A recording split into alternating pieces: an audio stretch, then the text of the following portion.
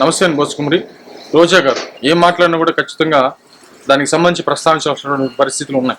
ఎందుకంటే ఇప్పుడు వైసీపీ పార్టీలో గొంతు వినిపించేటువంటి ఇప్పుడు యాంకర్ శ్యామ్లా అనేటువంటి ఒక ఆమె ముందుకు వచ్చింది. ఆమెకు సంబంధించి ఏదో బెట్టింగ్ యాప్లకు సంబంధించి కేసు పడంగానే మరి ఆమె సైలెంట్ అయిపోయింది. మళ్ళీ వస్తారేమో తెలియదు. బాగా యాక్టివ్గా ఉన్నారు, ఒకసారిగా ఏదో కనుమరుగైపోయారు. ఆ తర్వాత ఇప్పుడు మళ్ళీ యాక్టివ్ అవుతున్నారు, వైసీపీలో యాక్టివ్ అవుతున్నటువంటి వాళ్ళలో అంబటి రాంబాబు గారు ఒకరు, మళ్ళీ పేర్ని నాని గారు ఒకరు, అదేవిధంగా రోజా గారు. వీళ్ళు ముగ్గురు కూడా ఇప్పుడు కాడిని మరి భుజానికి ఎత్తుకున్నారు అని చెప్పేసి క్లియర్గా తెలుస్తుంది. వీళ్ళలో ప్రధానంగా అంబటి రాంబాబు గారు అంటే ప్రజలు అసలు విశ్వాసం ఉందో లేదో ఆయన ఒకసారి ఆత్మపరిశీలన చేసుకోవాలి. ఘోరాతి ఘోరంగా ఆయన అయితే మాత్రం ఓడించారు అని చెప్పి ఖచ్చితంగా ఓడించారు. అదేవిధంగా పేర్ని నాని గారు, ఆయన అయితే ప్రెస్ మీట్ పెట్టి నేను చాలాసార్లు ఇంతకుముందు గత 4 సంవత్సరాల నుంచి కూడా చెప్తున్నాను, పేర్ని నాని గారు మాట్లాడితే సబ్జెక్ట్ ఏముండదు, కావాలని ఇది క్రిటిసైజ్ చేసేటువంటి పరిస్థితులు ఉంటాయి తప్ప నాది కరెక్ట్ మిగతా వాళ్ళంతా తప్పు అంటారు. అంటే ప్రజలకు కనపడుతున్నటువంటి విషయానికి కూడా అదంతా మీరు చూసేదంతా చేసేదంతా మీది కూడా తప్పు, ప్రజలది కూడా తప్పు, నేను ఏదైతే ప్రెస్ మీట్ చెప్పానో అదే రైట్ అనేటువంటి కోణంలో ఆయన మాట్లాడటంతో ఆయన కూడా ఓడిపోయినటువంటి పరిస్థితులు ఉన్నాయి. ఇక రోజా గారు అంటే చెప్పే పనే లేదు. ఇంకేంటనంటే నేనే మొత్తం, నన్ను కాదనేటువంటి వాళ్ళు ఎవరు, నేను ఏది చెప్తే అదే ప్రజలు నమ్ముతారు అనేటువంటి కోణంలో ఒక ఆ సినిమాకి సంబంధించినటువంటి ఆ భక్తుల్ని తీసుకుని వచ్చి ఆమె సభల్లో మాట్లాడుతూ ఏదో వైసీపీ క్యాడర్ని ఏదో ప్రజల్ని ఏదో పిచ్చోళ్ళని చేసేటువంటి ప్రయత్నం చేయడంతో ఆమె కూడా ఓడిపోయినటువంటి పరిస్థితి ఉంది. ఎందుకంటే ప్రతి నాయకుడు ఏం చేస్తున్నాడు, ప్రతి నాయకుడు ఎలా ప్రవర్తిస్తున్నాడు అనేటువంటి విషయం ఖచ్చితంగా ప్రజలు గమనించుకుంటారు. ఆ గమనించుకున్న దాన్ని బట్టే రిజల్ట్స్ అనేది ఖచ్చితంగా ఇస్తారు. ఆ రిజల్ట్స్ని బట్టే పదవులు ఉంటాయా లేదా అనేది తెలుస్తుంది. ఇది కామన్గా తెలిసినటువంటి విషయం. ఇప్పుడు ఈ యాక్టివ్ అవుతున్నటువంటి తరుణంలో అంబటి రాంబాబు గారు ప్రెస్ మీట్లు పెడుతున్నారు, పేర్ని నాని గారు ప్రెస్ మీట్లు పెడుతున్నారు, అదేవిధంగా రోజా గారు ప్రెస్ మీట్లు పడుతున్నటువంటి పరిస్థితులు అయితే ఉన్నాయి. వీళ్ళు చెప్పేటువంటి మాటలు ప్రజలు ఎంతవరకు విశ్వసిస్తారనేటువంటి విషయం అందరికీ తెలుసు.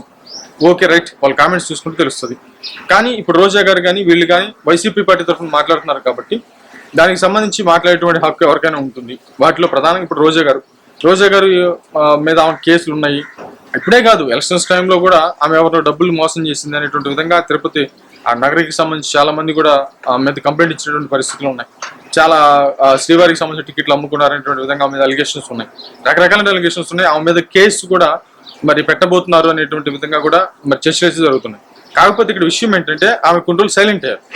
ఎందుకు సైలెంట్ అయ్యారు అంటే ఆమె మీదకి ప్రభుత్వం చర్యలు తీసుకోకుండా ఇప్పుడు చంద్రబాబు నాయుడు గారి చుట్టూ ఉన్నటువంటి అధికారుల కోటరీలో ఎవరో ఒకరు రోజా గారికి ఫేవర్గా ఉన్నారు. ఆయన ఆపుతున్నాడు, చంద్రబాబు నాయుడు గారికి చెప్పి ఏదో ఆపేయడానికి ప్రయత్నం చేస్తున్నాడు. కాబట్టి ఆ విధానంలో ముందు అది సెట్ చేసుకున్న తర్వాత బయటకు వచ్చినటువంటి కొన్ని వాదనలు కూడా వినపడ్డాయి. అది ఎంతవరకు నిజమో తెలియదు. కానీ టోటల్గా చంద్రబాబు నాయుడు గారి అధికార విభాగంలోనే రోజా గారు హెల్ప్ చేసేటువంటి వ్యక్తులు ఉన్నారు, వాళ్ళు చంద్రబాబు నాయుడు గారిని మిస్లీడ్ చేస్తున్నారు. ఇది లేకపోతే ఈ పార్టీ రోజా గారు ఎప్పుడు అరెస్ట్ అయ్యేటువంటి వాళ్ళు అనేటువంటి విధంగా ఆ విధంగా కూడా మాట్లాడుతున్నారు. బట్ సోషల్ మీడియాలో ప్రచారం అయితే జరుగుతుంది. చాలా మంది యూట్యూబర్స్ కూడా మీ గురించి మాట్లాడారు ఆల్రెడీ. కానీ మళ్ళీ ఆమె కొంత యాక్టివ్ అవుతూ అప్పుడప్పుడు వచ్చి మాట్లాడుతున్నటువంటి పరిస్థితులు అయితే ఉన్నాయి. ఆమె టోటల్గా ఇప్పుడు చెప్పేది ఏంటంటే వైఎస్ఆర్సీపీ విపరీతంగా పరిపాలన చేసింది, అద్భుతంగా పరిపాలన చేసింది, కానీ ప్రజలు ఓడించారు. ఇప్పుడున్నటువంటి కూటమి ప్రభుత్వం అసలు వాళ్ళు వేస్ట్, ఎందుకు పనికిరారు, ప్రజలకు అన్యాయం చేస్తున్నారు, వైసీపీ పార్టీ బెస్ట్ అనేటువంటి కోణంలో ప్రచారం చేస్తారు. ఏ పార్టీకి సంబంధించినటువంటి వాళ్ళైనా ప్రచారం చేసుకునేది ఇదే. ప్రజలు నమ్ముతారా లేదా అనేటువంటి విషయం తర్వాత సంగతి. ప్రజలు ఎలక్షన్స్ వచ్చేటువంటి సమయానికి దాన్ని నిరూపిస్తారు. సరే, ఇంకో కోణంలో వచ్చేసరికి ఆమె ఏమంటుంది, ఇప్పుడు కేసులకు సంబంధించి మాట్లాడుతుంది. ఆ కేసులు ఏంటంటే ఇప్పుడు జైలుకి పోయి తప్పు చేసి జైలుకి పెడితే బాధపడాలి, కానీ తప్పుడు కేసులు పెట్టి జైలుకి పంపిస్తే బాధపడాల్సిన పని లేదనేటువంటి విధంగా మాట్లాడుతుంది. రోజా గారు ఈ విధంగా మాట్లాడటం అనేది చాలా హాస్యాస్పదంగా ఉందనేటువంటి కోణంలో చాలా మంది ప్రస్తావిస్తున్నారు. Social media గగ్గోలెత్తుంది. దాంట్లో ప్రధానంగా ఇప్పుడు పోసాని కృష్ణమురళి గారిని అరెస్ట్ చేయకూడదు, అది తప్పు, పోసాని కృష్ణమురళి గారిని అరెస్ట్ చేయడం తప్పు అని అంటున్నారు. బట్ ఆయన అరెస్ట్ చేయడం తప్పు అని ఆమె చెప్పింది అని అంటే ఆ మైండ్ సెట్ ఏంటో అర్థం చేసుకొచ్చినటువంటి కోణంలో చాలా మంది ప్రస్తావిస్తున్నారు. ఇప్పుడు వంశీ గారు కానీ బోరుగడ్డ అనిల్ గారిని అరెస్ట్ చేయొద్దు అని అనిందేనంటే ఇంకా మైండ్ సెట్ ఏ కోణం అంటే పచ్చి బూతులు తిట్టొచ్చు, ఆడవాళ్ళని విపరీతంగా అవమానించవచ్చు, పర్సనల్ జీవితాల గురించి మాట్లాడొచ్చు, చివరికి పుట్టుకల గురించి మాట్లాడొచ్చు, పచ్చి బూతులు తిట్టొచ్చు, చిన్న పిల్లలను కూడా ఏదో చేసేస్తామనేటువంటి విధంగా మాట్లాడొచ్చు. ఈ మాటలు మాట్లాడినటువంటి వాళ్ళంతా తప్పు చేయనటువంటి వాళ్ళు కాదు, నీతిమంతులు. ఇదేగా రోజా గారు చెప్పేది. ఇప్పుడు అందరూ చెప్తుంది అదే మాట్లాడుతుంది అదే. అంటే ఎవరెవరైతే ఈ చంపేస్తామంటారో, లేకపోతే ఈ రేపులు చేసేస్తామంటారు, లేకపోతే అసభ్యంగా మాట్లాడతారు, ఒక ఆడవాళ్ళకి సంబంధించినటువంటి పుట్టుకలకు సంబంధించి భర్తను వదిలేసి ఎవరితోనూ ఉంటే అనేటువంటి విధంగా మాట్లాడి పుట్టుకల గురించి మాట్లాడటం, ముఖ్యంగా నారా లోకేష్ గారి పుట్టుక గురించి మాట్లాడినటువంటి వాళ్ళకి సంబంధించి కానీ ఇవన్నీ కూడా రైట్ అంటదమ్మా. ఇదంతా న్యాయం, కరెక్ట్, ఇదంతా మిగతా ఏది చేసినా కూడా తప్పు అనేటువంటి కోణంలో మాట్లాడుతున్నారు.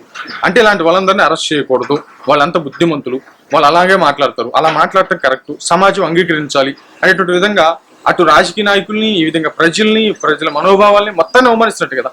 అంటే ఒక పార్టీకి సంబంధించి గెలిపించుకోవటానికో లేకపోతే మాది కరెక్ట్ అని చెప్పుకోవటానికి మిగతా విషయాలన్నీ కూడా, అంటే ఆమె గెలవటానికి ఆడవాళ్ళకి సంబంధించిన సమస్యలు అంటది, ఆమె గెలిచిన తర్వాత ఆడవలసిన సమస్యలు ఏం పట్టించుకుంది చెప్పండి.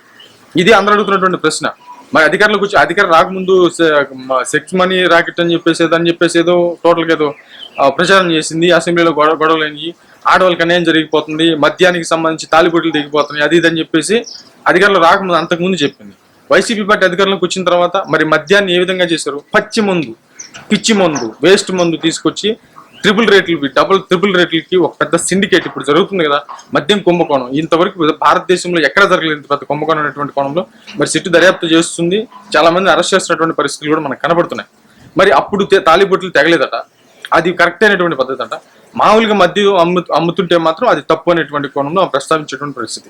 అంటే మనకి అంటే దేవుడు నోరిచ్చాడు కదా అని చెప్పేసి ఇష్టానుసారంగా మాట్లాడితే ప్రజలు యాక్సెప్ట్ చేస్తారు అని అనుకుంటే మాత్రం అది ఎంతవరకు కరెక్ట్ అనేది రోజా గారు ఇప్పటికీ అర్థం చేసుకుంటే బెటర్. లేకపోతే నేను ఎప్పుడో చెప్పాను, అంబటి రాంబాబు గారు, పేర్ని నాని గారు, రోజా గారు, నాకు తెలిసి ఇలా ముగ్గురికి సంబంధించి రాజకీయ జీవితం కష్టమే అనేది నా అభిప్రాయం.